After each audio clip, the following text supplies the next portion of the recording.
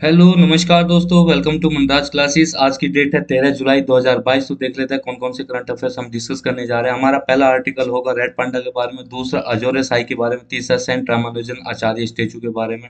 ठीक है, तो बढ़ते हैं हमारे पहले आर्टिकल की तरफ।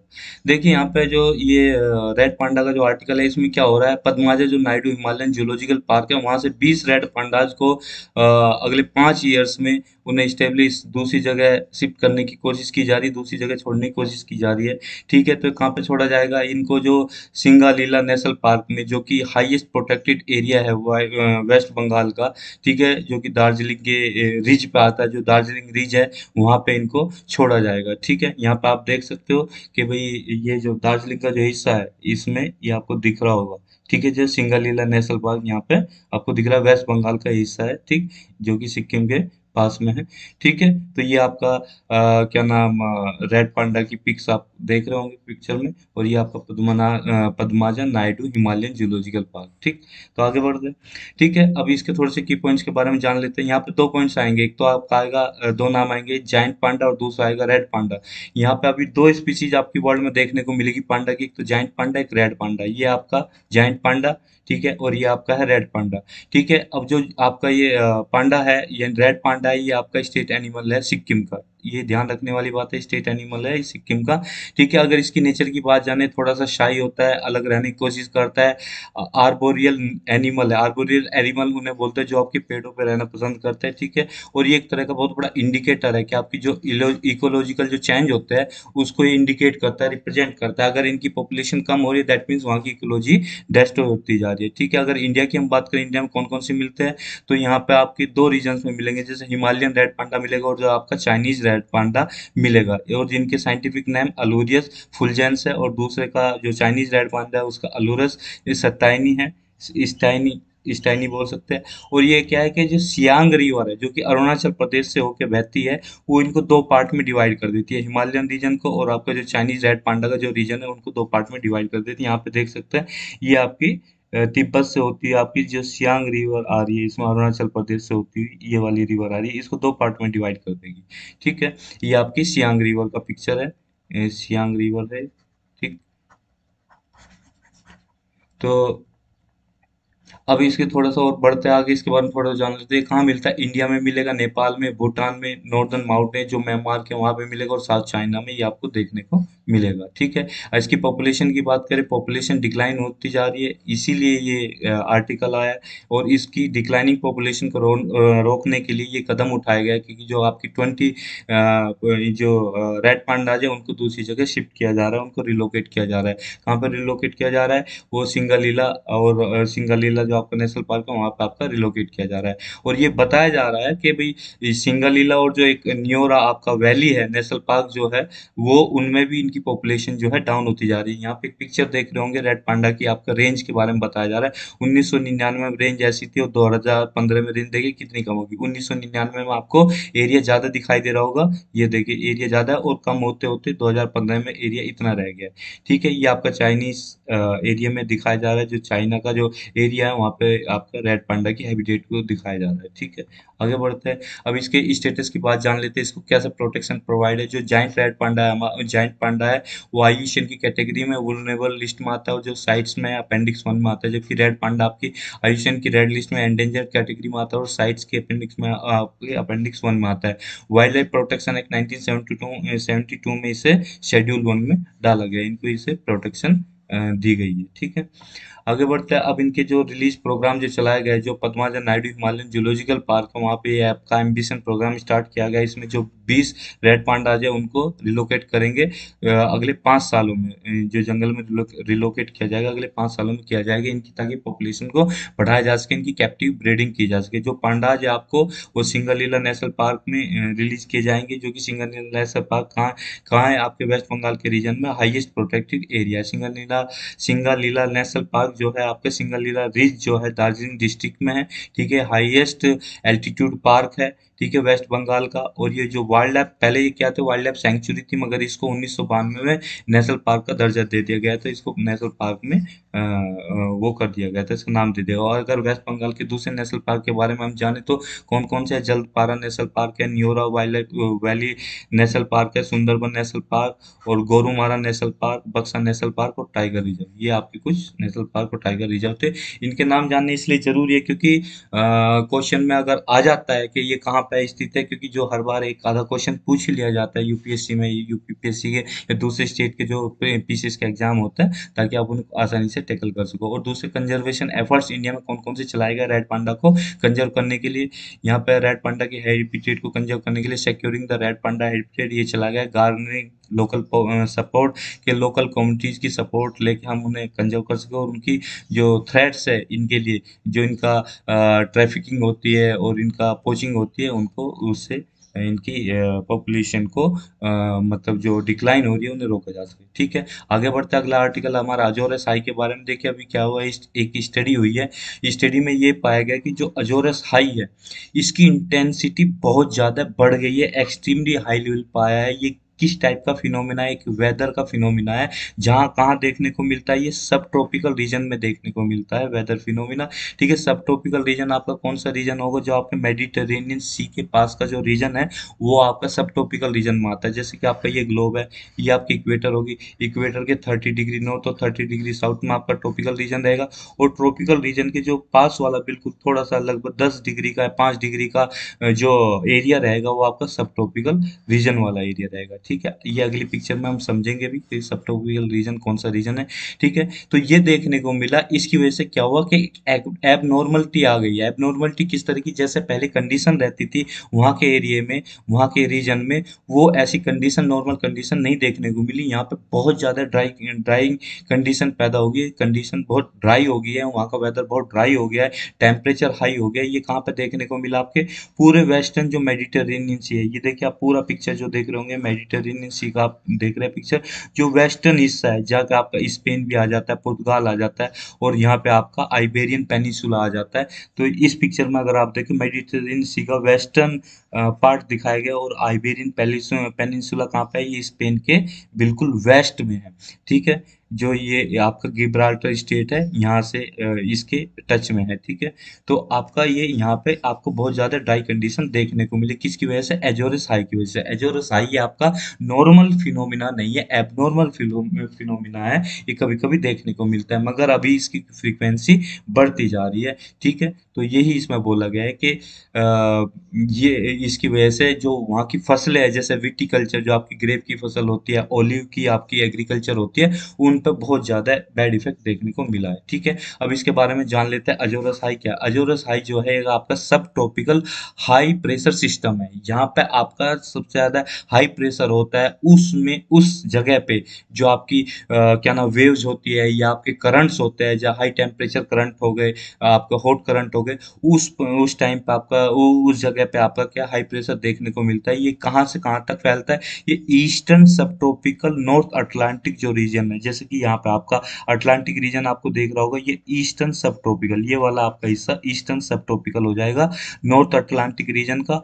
और आपका क्या नाम वेस्टर्न रीजन हो जाएगा, किसका, वेस्टर्न रीजन हो जाएगा आपका ये मेडिटेरेनियन सी का। तो यहाँ पे आपका ये लिखा वेस्टर्न यूरोप, यानी कि वेस्टर्न रीजन ऑफ मेडिटेरेनियन सी का ये हिस्सा आपको इसमें ये देखने को मिलेगा, जो सब ट्रॉपिकल हाई सरफेस वो हाई प्रेशर सिस्टम जो डेवलप हुआ है, जिसे हम अजोरस हाई बोल रहे हैं। ठीक है, विंटर में जनरली देखने को मिलता है, विंटर में आपका ये फिनोमेना देखने को मिलता है। अब ये किसके साथ एसोसिएट होता है, यानी कि इसके साथ ये खाली एक अजोरस हाई का मतलब यही नहीं है कि आपका आपकी जो ये ड्राई कंडीशन पैदा हुई है सिंपल एक हाई प्रेशर की वजह से पैदा हुई। देखिए आपने एक नाम सुना होगा, आपने जियोग्राफी में पढ़ा होगा, हेडली सेल। हेडली सेल ये आपका करंट है कि यहाँ पे इक्वेटर पे ये आपका जो लो प्रेशर वाला रीजन है, लो प्रेशर की जो करंट होती है, लो प्रेशर की जो एयर होती है, स्ट्रीम होती है, वो ऊपर को उठती है। ऊपर जाने से क्या होता है, ऊपर जाने से आपका जैसे यहाँ पे आप देख रहे होंगे, तो लो प्रेशर वाला करंट आपका ऊपर उठा, ऊपर जैसे ही जाएगा तो ऊपर टेम्परेचर डाउन होता जाएगा, टेम्परेचर डाउन होता जाएगा तो उनकी डेंसिटी बढ़ती जाएगी, वहाँ पे आपका ड्रॉप फॉर्मेशन होगा। ठीक है, ड्रॉपलेट फॉर्म होगी और आपका आइस फॉर्मेशन भी होगा, आई ड्रॉपलेट्स भी फॉर्म होगी। तो वो क्या हैवी हो जाएगी, हैवी होकर फिर नीचे की तरफ वो डिसेंड करेगी, नीचे की तरफ आने की कोशिश कोशिश करेगी। जब नीचे की तरफ आएगी हाई प्रेशर से हाई प्रेशर ऊपर क्रिएट होगा, तो ऊपर से जब नीचे की तरफ आएगी वो, तो ऐसे ऐसे नीचे की तरफ इधर से नीचे की तरफ आने की कोशिश। तो नीचे यहाँ पे आप देखिए लिखा हुआ है हाई प्रेशर एरिया, और यहाँ पे लिखा हुआ है लो प्रेशर एरिया। तो लो से ऊपर हाई की तरफ, ठीक है, और नीचे ऊपर से हाई से लो की तरफ ये ऐसे बढ़ेगा, मतलब इस तरह से मूव करेगा, तो इस सर्कुलेशन को। तो यहाँ पे आप देख रहे होंगे कि जो ये इक्वेटर पे जो करंट ऊपर की तरफ जा रहा है, हेडली सेल का करंट ऊपर की तरफ जा रहा है, ऊपर जाके डाइवर्ज हो जाता है, फिर नीचे की तरफ ये डिसेंड होता है। और नीचे की तरफ कहाँ पे डिसेंड हो रहा है, ये अप्रोक्सीमेटली आपका ट्रॉपिकल और सब ट्रॉपिकल रीजन में डिसेंड होता है। जब आपका ट्रॉपिकल सब ट्रॉपिकल रीजन में डिसेंड होगा, तो यहाँ पे आपका एंटी साइक्लोनिक विंड्स होती है। एंटी साइक्लोनिक विंड्स किस डायरेक्शन में चलती है, आपकी क्लॉकवाइज डायरेक्शन में चलती है। यहाँ पे देख रहे होगे एंटी साइक्लोनिक विंड ये क्लॉकवाइज डायरेक्शन में मूव करती है। और जो साइक्लोनिक विंड होती है, साइक्लोन होता है आपका एंटी क्लॉकवाइज डायरेक्शन में आपका मूव करता है। तो जो क्लॉकवाइज डायरेक्शन में मूव करके उसके आई पे प्रेशर आपका हाई रहता है। आई मतलब जो उसका कोर एरिया रहता है साइक्लोन का, वहां प्रेशर हाई रहता है। उसके साथ ये पैचअप कर लेता है, उसके साथ मिक्स हो जाता है। जो ये वाली आपकी एयर का जो फ्लो आ रहा है नीचे की तरफ डिसेंड हो रहा है, और ये कहाँ पे फैल जाता है, आपके सब ट्रॉपिकल नॉर्थ अटलांटिक रीजन में ये एक्सटेंड हो जाता है, वहां तक ये फैल जाता है। और वहां पे ये आपकी कैसी कंडीशन क्रिएट कर देता है, ड्राई कंडीशन क्रिएट कर देता है आपकी। ठीक है, तो सब ट्रॉपिकल रीजन में आपके कौन साइड हो गया, डाउनवर्ड जो ब्रांच होती है आपकी इसकी, ठीक है, हाई प्रेशर की, तो उसके साथ ये क्या नाम, हेडली सर्कुलेशन है, उसकी ब्रांच के साथ ये कोइंसाइड होके, मतलब अटैच होके, और उसके साथ एसोसिएट होके ड्राई कंडीशन क्रिएट कर देता है। तो ड्राई कंडीशन क्रिएट होने से जो वहाँ की आपकी हैबिटेशन है, वहाँ की आपकी एग्रीकल्चर है, उसको बहुत ज़्यादा डैमेज करता है। ठीक है, तो आगे बढ़ते हैं। अब इस हेडली सर्कुलेशन के बारे में थोड़ा सा। हेडली सर्कुलेशन क्या है, आपका लो एल्टीट्यूड ओवर टर्निंग सर्कुलेशन है। ओवर टर्निंग मतलब जो ऊपर जाकर नीचे आ रहे हैं, यानी ओवर टर्न हो रहा है, दोबारा से अपना ही एक पाथ, रेगुलर पाथ को फॉलो कर रहा है, ओवर टर्न कर रहा है। ठीक है, लो एल्टीट्यूड मतलब कम एल्टीट्यूड में, यानी कि जो आपके इक्वेटर के पास के एल्टीट्यूड, यानी कि 30 डिग्री से नीचे के एल्टीट्यूड में। यहाँ पर आप देख रहे होंगे जीरो एल्टीट्यूड पे ऊपर को उठ रहा है हेडली सेल की जो आपकी ये स्ट्रीम है। ठीक है, एयर जो है ऊपर को राइज करती है इक्वेटर पर, फिर वो आपका क्या है 30 डिग्री के लेटीट्यूड पे नीचे को डिसेंड होने लगती है। तो ये आपका हेडली सर्कुलेशन है। जब आप ज्योग्राफी पढ़ते हो या पढ़ ली होगी आपने, तो उसमें आपने ये देखा होगा कि ये हेडली सेल क्या है, फेरल सेल क्या है, किस तरह से आपके जेट विंड्स जो है हमारी वो अपना वर्क करती है, और वेदर कैसे चेंज होता है उनकी वजह से। अब हेडली सर्कुलेशन की वजह से क्या क्या चीज़ें हमें देखने को मिलती है, इफेक्ट देखने को मिलता है। ये जो आपकी ट्रेड विंड्स होती है, ठीक है, जो ट्रॉपिकल एरिया होता है, ट्रेड विंग्स के लिए रेस्पॉन्सिबल हो। ट्रेड विंड्स जो है इसी की वजह से आपकी आती है। और जो आपका लो एल्टीट्यूड वेदर है उसको भी ये इफेक्ट करता है। ठीक है, आगे बढ़ते हैं। यहाँ पे देख रहे होंगे ये आपका मेडिटेरेनियन सी में एजोरस हाई क्रिएट हो रहा है। एजोरस हाई का जो सर्कुलेशन है वैसे आएगा, इधर से हाई प्रेशर की आएगी, फिर इधर से आपका लो प्रेशर में कन्वर्ट होके इधर लौट जाएगा आपका। तो यहाँ पे आप ये देख लोगे, इससे अच्छी तरह से यहाँ पे आप समझ सकते हैं। ये आपका हाई प्रेशर क्रिएट हुआ, सर्कुलेशन बना, हाई प्रेशर से चला, इधर इसने स्वेप्ट कर दिया ये वाला रीजन, आपका कैरिबियन सी का रीजन, और फिर आपका लो प्रेशर की तरफ ये बढ़ने लगा। तो लो प्रेशर मतलब आपकी ड्राई कंडीशन। ठीक है, हाई से लो की तरफ चल रहा है, लो प्रेशर मतलब आपकी ड्राई कंडीशन। तो ये ड्राई कंडीशंस आपकी कहाँ पे जाकर रुकती है, ये वाला आपका जो रीजन है, यानी कि आपका ईस्ट अटलांटिक जो रीजन है आपका, सब ट्रॉपिक का सॉरी, तो वहां पे जाके रुकती है। तो वहां पे आपकी ड्राई कंडीशन क्रिएट कर देती है। तो पिक्चर की जिसकी मैं बात कर रहा था, ये रहा आपका सब ट्रॉपिक रीजन जो आपका मेडिटेरेनियन सी में क्रिएट होता है। ठीक है, ये आपका आपका ईस्ट का अटलांटिक का ईस्ट वाला पोर्शन हो गया, और ये आपका वेस्ट वाला पोर्शन हो गया मेडिटेरेनियन सी का। तो यहाँ पे आपका ये क्रिएशन हो रहा है ड्राई कंडीशन जो है। ठीक है, अब इसके इफेक्ट जान लेते हैं। देखिए एनुअल जो इसका ड्राइंग रेट है वो 5 से 10 पर ईयर पर डिकेड देखा जा रहा है। इससे क्या हो, ये कहाँ पे देखा जा रहा है, आपका आइबेरियन पेनिसुला में। आइबेरियन पेनिसुला ये रहा आपका, यहाँ पे ज़्यादा देखने को मिल रहा है, क्योंकि आइबेरियन पेनिसुला जो है वहाँ पे आपकी जो है क्या नाम, जो एग्रीकल्चर होती है उसको बहुत ज़्यादा इफेक्ट कर रहा है, बहुत ज़्यादा वनरेबल बना रहा है यूरोप में। ठीक है, तो इससे वहाँ की एग्रीकल्चर बहुत ज़्यादा डैमेज हो रही है। तो ये जो आपका ड्राइंग रेट जो देखने को मिल रहा है, ये क्या है कि जो आपकी आफ्टर 1950, यानी कि 1950 की जो बाद का टाइम था उसमें बढ़ता हुआ दिखाई दे रहा है। इसमें लिखा है ना second half of the 20th century. 20th century में 19 हो गए, 1900 हो गए, तो उसमें आफ्टर हाफ यानी कि सेकंड हाफ, यानी 1950 के बाद का टाइम। तो इसमें ये क्या प्रिडिक्ट किया गया कि फर्दर 10 से 20% ड्रॉप इसका विंटर में देखने को मिलेगा, यानी कि और जो प्रेसिपिटेशन है यानी कि बारिश का ड्रॉप जो है 10 से 20% और देखने को मिलेगा आने वाली जो 21वीं सेंचुरी है। 21वीं सेंचुरी के एंड तक ये आपका 10 से 20% आपका प्रेसिपिटेशन देखने को ड्रॉप जो है देखने को मिलेगा। ठीक है। अब इन्होंने और क्या चीज बताया कि यहाँ पे एग्रीकल्चर जो आइबेरियन रीजन में वो वुलनरेबल हो रही है यूरोप में। ठीक है। और स्टडी और क्या बताती है, ओलिव ग्रोइंग जो रीजन्स है सदर्न स्पेन के, ये आपका स्पेन का पोर्शन हो गया, स्पेन ये रहा, और जो सदर्न स्पेन ये रहा, यानी कि यहाँ पे आपका क्या आ रहा है, आइबेरियन पेनिनसुला आ रहा है। तो उसमें 30% जो है डिक्लाइन देखने को मिलेगा। ठीक है। जो ग्रोइंग आपका ओलिव ग्रोइंग आपका रीजन है उसमें 30% डिक्लाइन देखने को मिलेगा 2100, यानी कि जो 21वीं सेंचुरी जो अभी आप चल रही है, 2100 का जो आपका आएगा वो आएगा, शुरुआत होगी, तब तक ये आपका क्या है 30% डिक्लाइन देखने को मिलेगा।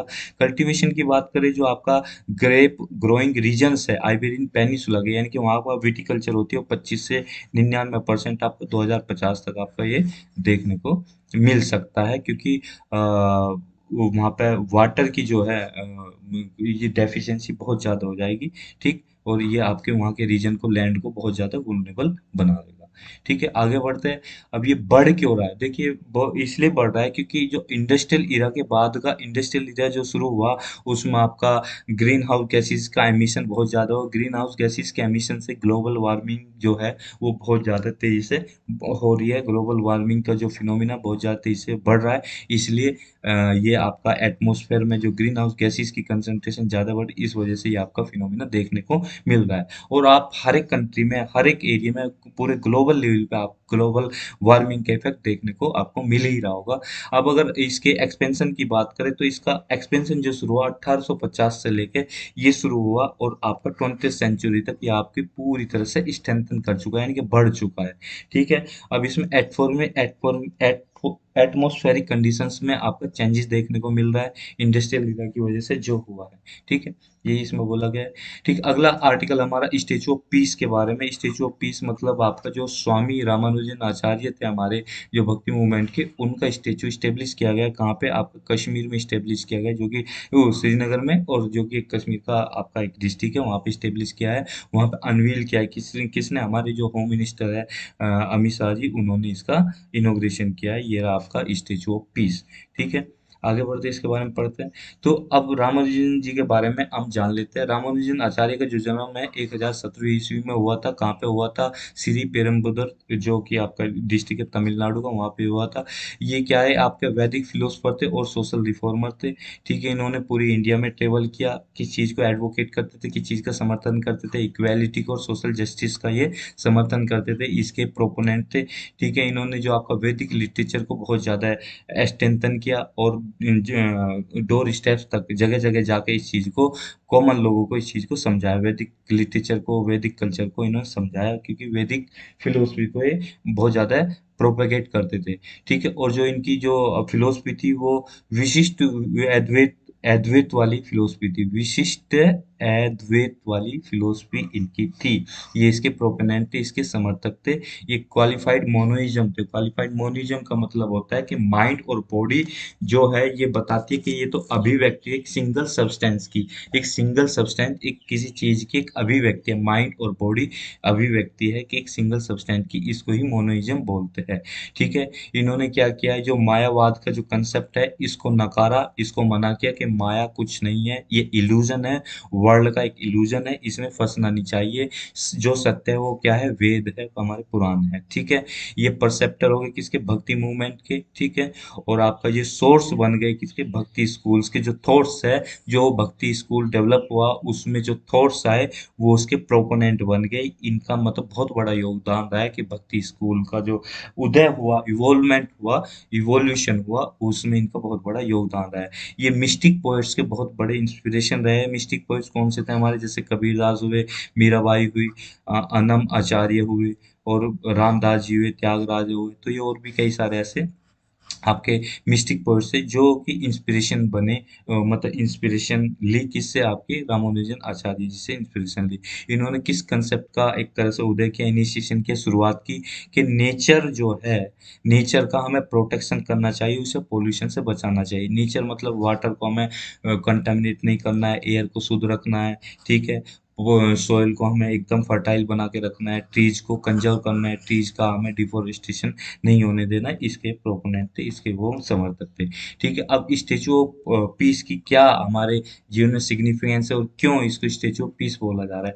ये ऐसा बोला जाता है कि ये है ब्लेसिंग्स लेके आएगा, एक मैसेज लेके आएगा, जो रामानुजन आचार्य का मैसेज है और उनका आशीर्वाद है कश्मीरियों के लिए, जो सभी रिलीजन्स के वहाँ पे लोग रहते हैं उनके लिए एक उनका आशीर्वाद और ब्लेसिंग्स लेके आएगा। ये एक मैसेज ऐसा देगा पूरे क्या नाम, कश्मीरी को, पूरे इंडिया को और पूरे वर्ल्ड को एक तरह से, ठीक है।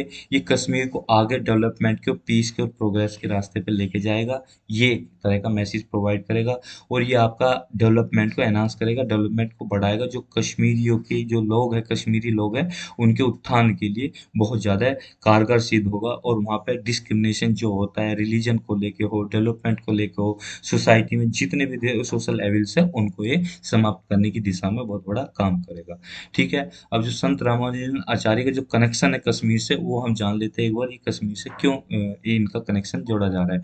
देखिए, रामानुजन आचार्य 11वीं शताब्दी में कश्मीर गए थे, ठीक है। वहाँ पे इन्होंने क्या किया, जो मैन्युस्क्रिप्ट थी, जो बौधायना वृत्ति है, जिसका नाम बौधायना वृत्ति है, ये आपका ब्रह्म सूत्र की ट्रीटाइज है, यानी कि इसमें ब्रह्म सूत्र के बारे में बहुत कुछ इंपॉर्टेंट चीजें लिखी गई है।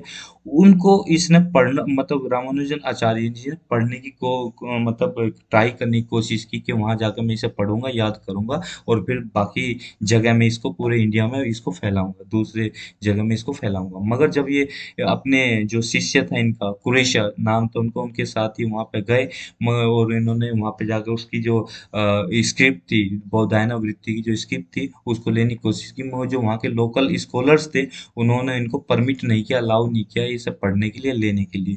तो इस चीज से हताश हो गए, वापस लौट आए आपके वहीं पे श्रृंगानम श्रृंगरंगम में लौट आए जहाँ पे रहते थे, ठीक है। तो वहाँ पे इन्होंने क्या किया, श्री भाष्यम, ये भी एक तरह की आपकी ब्रह्म सूत्र की एक तरह का स्क्रिप्चर था, और एक तरह की वहाँ पे इन्होंने क्या किया, डिक्टेट किया, यानी कि इनको पढ़ के सुनाया, कमेंट्री की, और फिर पढ़ के जो सुनाया तो इन्होंने, जो कुरैशिया जो इनके शिष्य थे, उन्होंने उसने इसको नोट डाउन किया, जो ये पढ़ के सुना रहे थे, बता रहे थे, इन्होंने नोट डाउन किया। फिर रामानुजन आचार्य दूसरी बार 2 साल बाद फिर से कश्मीर गए, ताकि ये जो श्री भाष्यम इन्होंने पढ़ा था उसको वहाँ पे डिक्टेट कर सके। तो इस तरह से इनका ये लिंक बन जाता है कश्मीर से। इसी वजह से वहाँ पे कश्मीर में पीस लाने के लिए, एक शांति का मैसेज देने के लिए, डेवलपमेंट का मैसेज देने के लिए, वहाँ के कश्मीरी लोगों को वहाँ पे इनका स्टेचू लगाया गया है, जिसको स्टेचू ऑफ पीस बोला जा रहा है। तो दोस्तों, आज की थी हमारी डिस्कशन, इस डिस्कशन में इतने। Thank you very much for discussion.